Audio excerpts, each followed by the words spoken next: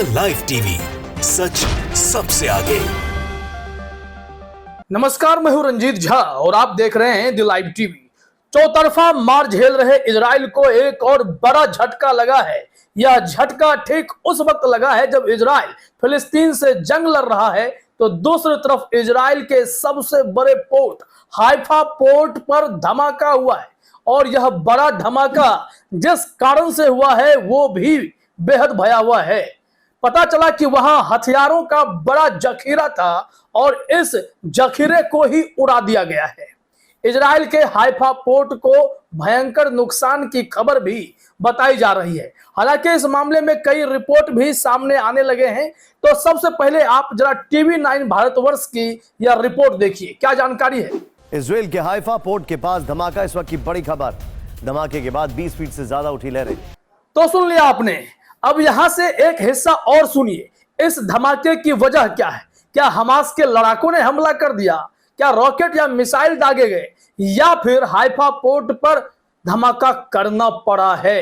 ये सारे सस्पिशंस हैं। ये पहले जरा आप सुन लीजिए यहाँ टीवी 9 भारतवर्ष की रिपोर्ट क्या कहती है। किसी टॉर्पीडो को निष्क्रिय किया गया हो, यह भी हो सकता है किसी माइन को निष्क्रिय किया गया हो, या यह भी हो सकता है कि यह कोई मिसाइल या रॉकेट अटैक है। तो सुन लिया आपने। अब यहाँ पर हम सब कंफ्यूज हो रहे होंगे, लेकिन चलिए इस मामले में क्या जानकारी अलग अलग मीडिया रिपोर्ट में आ रही है वो भी बता देते हैं आपको। लेकिन उससे पहले यह गौर करने वाली बात है कि हाइफा पोर्ट का सीधा कनेक्शन भारत से भी है। भारत के मशहूर उद्योगपति गौतम अडानी जो इस वक्त विवादों में घिरे हुए हैं, और हिंडनबर्ग की रिपोर्ट के बाद तो उनकी सच्चाई दुनिया के सामने आ गई है। उस गौतम अडानी का पोर्ट हाइफा है।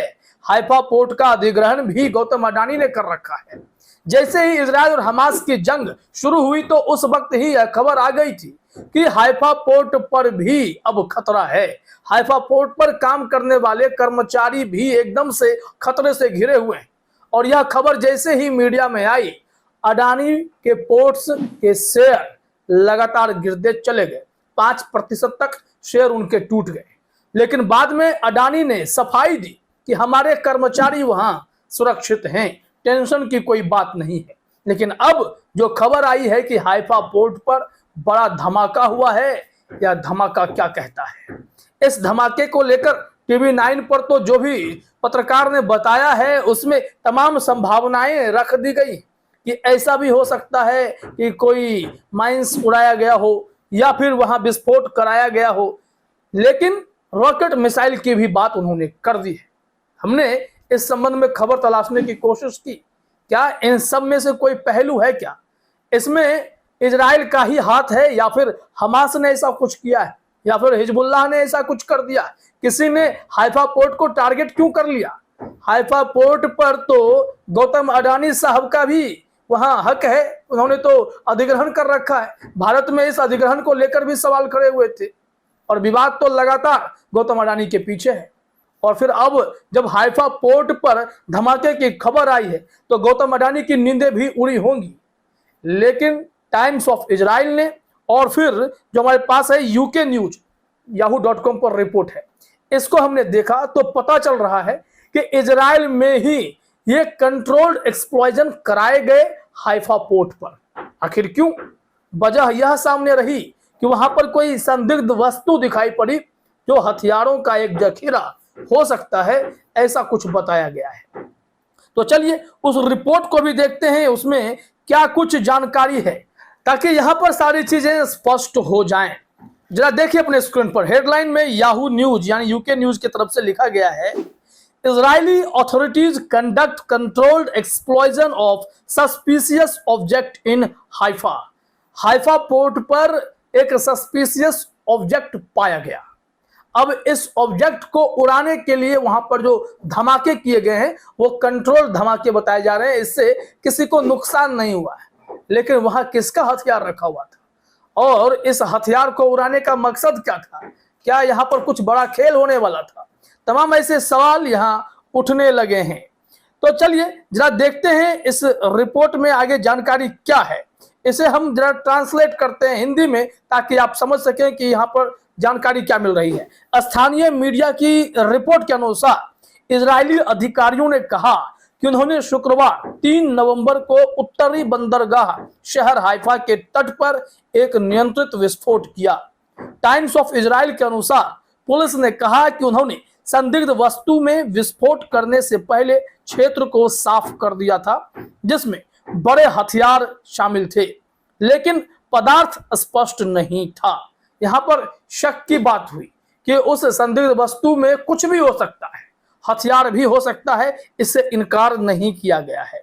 तो इसे इन लोगों ने उड़ा दिया और इसके लिए धमाके ऐसे हुए कि समुद्र से 20 फीट की लहर उठ पड़ी और धुएं का गुबार भी विजुअल्स में देखा गया। तो कुल मिलाकर हाइफा पोर्ट को नुकसान तो हुआ। अब इस खबर का असर गौतम अडानी की कंपनी पर सीधे पड़ सकता है, क्योंकि युद्ध की खबर सुनते ही अडानी के शेयर गिरने लगे थे, क्योंकि हाइफा पोर्ट पर अडानी ने अपना हक जमा लिया, अधिग्रहण किया था और वहां उनके कर्मचारी काम कर रहे थे, वो सब खतरे में पड़ गए। तो ऐसे में इनसे बचाने के लिए इन्होंने फिर मीडिया में बयान दिलवाया कि चलिए सब ठीक है, इस जंग को चलने दीजिए, इजराइल का हाइफा पोर्ट सुरक्षित है, यहाँ कुछ नहीं होगा। लेकिन जब अब धमाका हुआ है तो इस धमाके पर भी यह बयान आना कि हमने कंट्रोल्ड एक्सप्लोजन करवाए हैं, क्या इस बात पर यकीन किया जा सकता है या वाकई में कोई बड़ा धमाका ही हुआ है? क्योंकि अडानी अपने पावर का प्रयोग करके यह भी एक मैसेज दिलवा सकते हैं कि उनके कंपनी को नुकसान ना हो, उनके कर्मचारी वहां सुरक्षित काम करते रहें।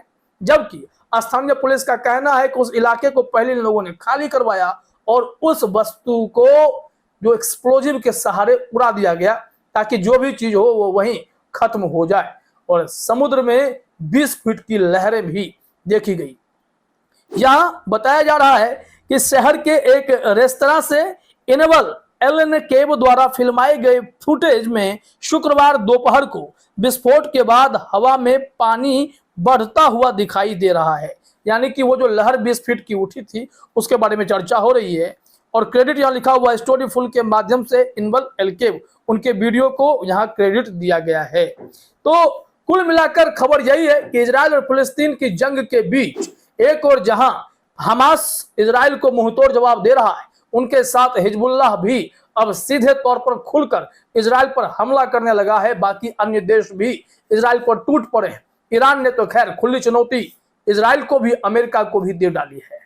अब इजराइल में उनके हाइफा पोर्ट पर धमाका होना या फिर धमाका किया जाना हथियारों के जखीरा होने के संदेह में भी एक बड़ी खबर बन जाती है कि वहां धमाका हुआ है या किया गया है, या फिर मीडिया जो रिपोर्ट बता रही है या ऑफिशियल जो बयान दे रहे हैं, क्या सिर्फ ये कहीं अडानी को संरक्षित करने के लिए, उनके बिजनेस पर असर ना पड़े इसके लिए कहलवाया गया है। तमाम ऐसी संभावनाएं हो सकती हैं, लेकिन यह बड़ी खबर है कि इजराइल का हाइफा पोर्ट उड़ा है, धमाके हुए हैं, 20 फीट की लहर उठी है और हथियारों का जखीरा भी उड़ गया है, सब तबाह हो गया है।